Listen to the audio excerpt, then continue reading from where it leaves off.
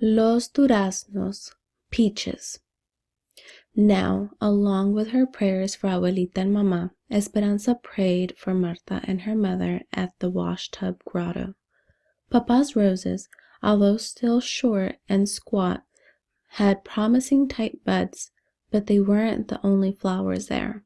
She often found that someone had put a posy of sweet asalum in front of the statue, or a single iris, or had draped a honeysuckle vine over the top of the tub. Lately, she had seen Isabel there every evening after dinner, kneeling on the hard ground. "Isabel, are you saying a novena?" asked Esperanza, when she found her at the statue yet again one night. "It seems you have been praying for at least 9 days. Isabel got up from her dedication and looked at Esperanza. "I might be Queen of the May. In 2 weeks, on May Day, there's a festival at my school and a dance around a pole with colored ribbons. The teacher will choose the best girl student in the 3rd grade to be queen. And right now, I am the only one who has straight A's." "Then it might be you," said Esperanza. "My friends told me that it usually is one of the English speakers that is chosen, the ones who wear nicer dresses. So I'm going to pray every day." Esperanza thought about all the beautiful dresses she had outgrown in Mexico. How she wished she could have passed them on to Isabel. Esperanza began to worry that she would be disappointed. "Well, even if you're not the queen, you will still be beautiful, a beautiful dancer, right?" "Oh, but Esperanza, I want so much to be the queen. I want to be la reina, like you." She laughed. "But regardless, you will always be our queen." Esperanza left her there, devoutly praying, and went into the cabin.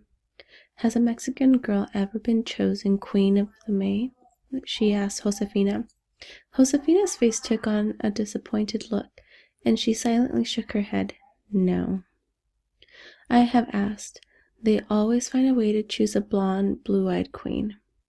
"But that's not right," said Esperanza, "especially if it's based on grades. There is always a reason, and that is the way it is," said Josefina. "Melona told me that last year the Japanese girl that had best marks in the 3rd grade, and they still did not choose her." "Then what is the point of basing it on marks?" asked Esperanza, knowing there was no answer to her question. Her heart already ached for Isabel. A week later, Esperanza put yet another bundle of asparagus on the table after work. The tall and feathery asparagus plants seemed to be unrelenting as Isabel's desire to be queen. The workers picked the spears from the fields, and a few days later the same fields had to be picked again because new shoots were already showing their heads, and Isabel talked of nothing else except the possibilities of wearing the winner's crown of flowers on her head. "I hate asparagus," said Isabel, barely looking up from her homework. "During grapes, you hate grapes. During potatoes, you hate potatoes. And during asparagus, you hate asparagus. I suppose that during peaches, you will hate peaches?" Isabel laughed. "No, I love peaches." Hortensia stirred a pot of beans, and Esperanza took off the stained apron she wore in the sheds and put on another. She began measuring the flour to make tortillas. In a few minutes she was patting the fresh dough that left her hands looking as if she wore white gloves. "My teacher will choose the Queen of May this week," said Isabel. Her entire body wiggled with excitement. "Yes, you have told us," said Esperanza, teasing her. "Do you have anything new to tell us?" "They are making a new camp for people from Oklahoma," said Isabel. Esperanza looked at Hortensia. "Is that true?" Hortensia nodded. "They announced it at the camp meeting. The owner of the farm bought some army barracks from an old military camp and is moving them onto the property not too far from here. They will get inside toilets and hot water and a swimming pool," said Isabel. "Our teacher told us all about it, and we will be able to swim in it." "1 day a week," said Hortensia, looking at Esperanza. "The Mexicans can only swim on Friday afternoons after they clean the pool on Saturday mornings." "Oh, before they clean the pool on Saturday mornings." "Wow." Esperanza pounded the dough a little too hard. Do they think we're dirtier than the others? Hortensia did not answer, but turned to the stove to cook a tortilla on the flat black comal over the flame. She looked at Esperanza and held her finger to her mouth, signaling her not to discuss too much of it in front of Isabel. Miguel walked in, kissed his mother, and picked up a plate of fresh tortilla and went to the pot of beans. His clothes were covered in mud that had dried gray. How did you get so dirty? Asked Hortensia. Miguel sat down on the table. A group of men showed up from Oklahoma. They said they would work for half the money, and the railroad hired all of them. He looked into his plate and shook his head. Some of them have never even worked on a motor before. My boss said that he didn't need me, that they were going to train the new men. I said I could dig ditches or lay tracks if I wanted. He said I could dig ditches or lay tracks if I wanted. Esperanza stared at him, her floured hands in mid-air. What did you do? Can you not tell from my clothes? I dug ditches. His voice was sharp, but he continued eating as if nothing were wrong. Miguel, how could you agree to such a thing? Said Esperanza. Miguel raised his voice. What would you have me do instead? I could have walked out, but I would have no pay for today. Those men from Oklahoma have families too. We must all work at something or we will all starve. A temper Esperanza did not recognize raged to the surface. Then, like an irrigation pipe in the fields when the water was first turned on, her anger burst forth. Why didn't your boss tell the others to dig the ditches? She looked at the dough she was holding in her hand and threw it at the wall. It stuck for an instant, then slowly slid down the wall, leaving a darkened trail. Isabel's serious eyes darted from Miguel to Esperanza to Hortensia. Are we going to starve? No, they all answered at the same time. Esperanza's eyes were on fire. She stamped out of the cabin, slamming the door, and walked past the mulberry and the chinaberry trees to the vineyard. She hurried down a row, then cut over to another. Esperanza! She heard Miguel's voice in the distance, but she didn't answer. When she got to the end of one row, she moved up to another. Ansa! She could hear him running down the rows, catching up with her. She kept her eyes on the tamarisk trees in the far distance and walked faster. Miguel eventually caught her arm and pulled her around. What is the matter with you? Is this the better life that you left Mexico for? Is it? Nothing is right here. Isabel will certainly not be queen no matter how badly she wants it because she's Mexican. You cannot work on engines because you're Mexican. We have gone to work through angry crowds for our own people who threw rocks at us, and I'm afraid they might have been right. They send people back to Mexico even if they don't belong there, just for speaking up. We live in a horse stall. None of this bothers you? Have you heard that they're building a new camp for the Okies with a swimming pool? The Mexicans can only swim in it in the afternoons before they clean it. Have you heard they will be giving inside toilets and hot water? Why is that, Miguel? Is it because they're the fairest in the land? Tell me, is this life really better than being a servant in Mexico? Miguel looked out over the grapes where the sun set low on the horizon, casting a long shadow in the vineyard. He turned back to her. In Mexico, I was a second-class citizen. I stood on the other side of the river, remember? And I would have stayed that way my entire life. At least here, I have a chance, however small, to become more than what I was. You obviously can never understand this because you never lived without hope. She clenched her fists and closed her eyes tight in frustration. Miguel, do you not understand? You are still a second-class citizen because you act like one, letting them take advantage of you like that. Why don't you go to your boss and confront him? Why don't you speak up for yourself and your talents? You are beginning to sound like the strikers, Esperanza, Miguel said coldly. There is more than one way to get what you want in this country. Maybe I must be more determined than others to succeed, but I know it will happen. Aguántate tantito y la fruta caerá en tu mano. The words stopped her as if someone had slapped her face. Papa's words. Wait a little while, and the fruit will fall into your hand. But she was tired of waiting. She was tired of Mama being sick and Abuelita being far away and Papa being dead. As she thought about Papa, tears sprang from her eyes and she suddenly felt weary, as if she had been clinging to a rope but didn't have the strength to hold on any longer. She sobbed, with her eyes closed, and imagined she was falling, with the wind whooshing past her and nothing but darkness below. Ansa. Could I fall all the way back to Mexico if I never opened my eyes again? She felt Miguel's hands on her arm and opened her eyes. Ansa, everything will work out, he said. Esperanza backed away from him and shook her head. How do you know these things, Miguel? Do you have some prophecy that I do not?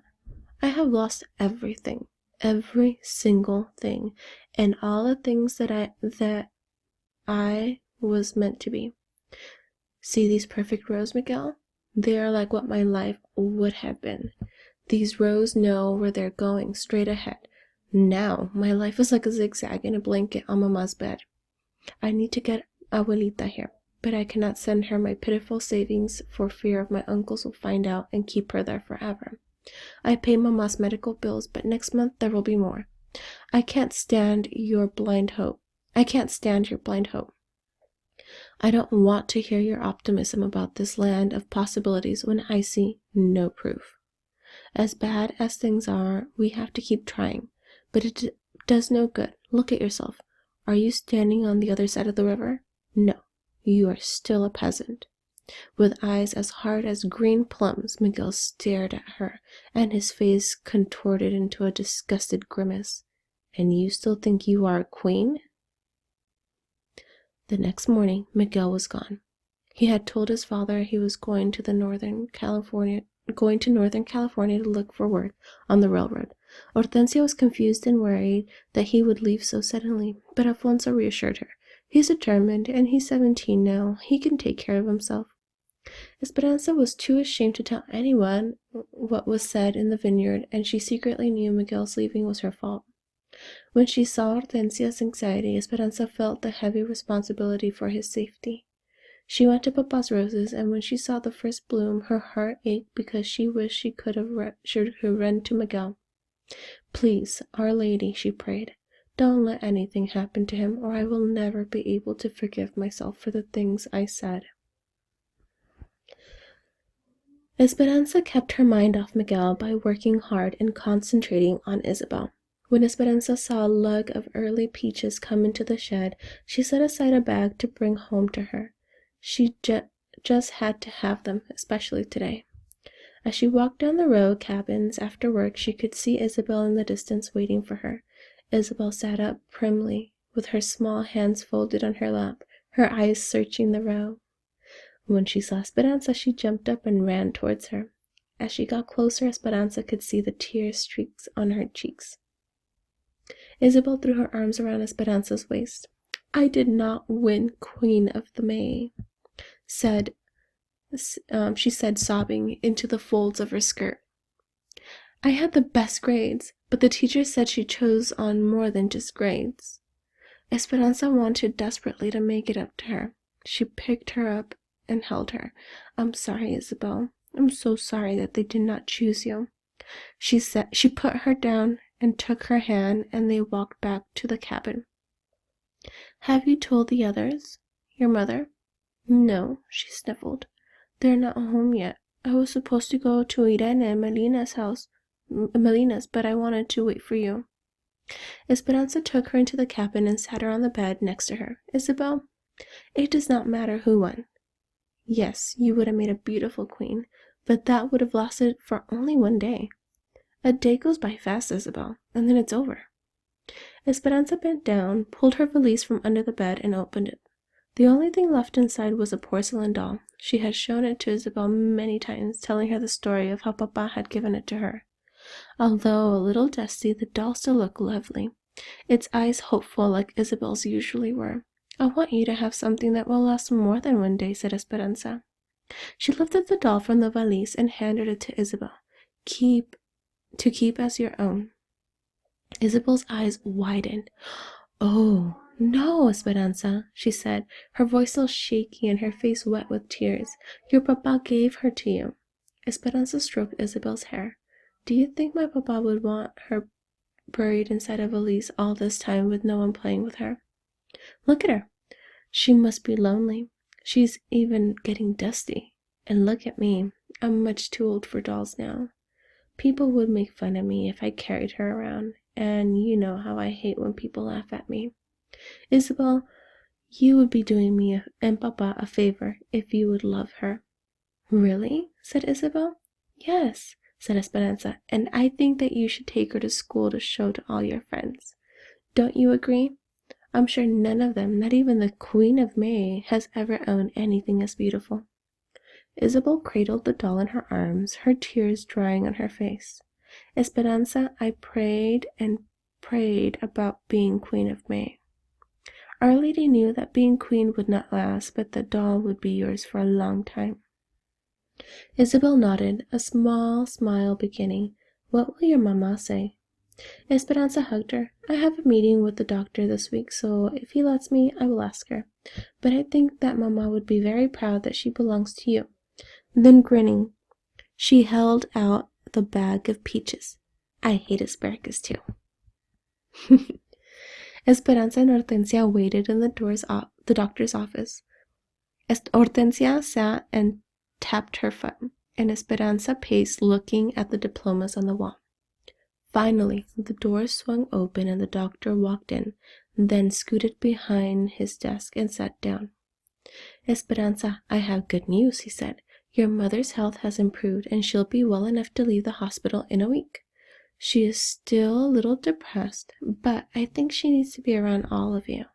Please remember, though, that when she goes home, she will have to rest to build up her strength. There's still a chance of relapse." Esperanza started laughing and crying at the same time. Mamma's coming home. For the first time in 5 months since Mamma had entered the hospital, Esperanza's heart felt a little lighter. The doctor smiled. "She has been asking for her crochet needles and yarn. You can see her now for a few minutes if you like." Esperanza ran down the hospital halls with Hortensia behind her to Mamma's bedside, where they found her sitting up in bed. Esperanza flung her arms around her neck. "Mamma!" Mamma hugged her and then held her at arm's length and studied her. "Oh, Esperanza, how you've grown. You look so mature." Mamma still looked thin, but not so weak. Esperanza felt her forehead, and there was no fever. Mamma laughed at her. It wasn't a strong laugh, but Esperanza loved the sound. Hortensia pronounced that her color was good and promised to purchase more yarn, that it would be waiting when she came home. "You would not believe your daughter, Ramona. She always gets called to work in the sheds. She cooks now and takes care of the babies as well as their own mother."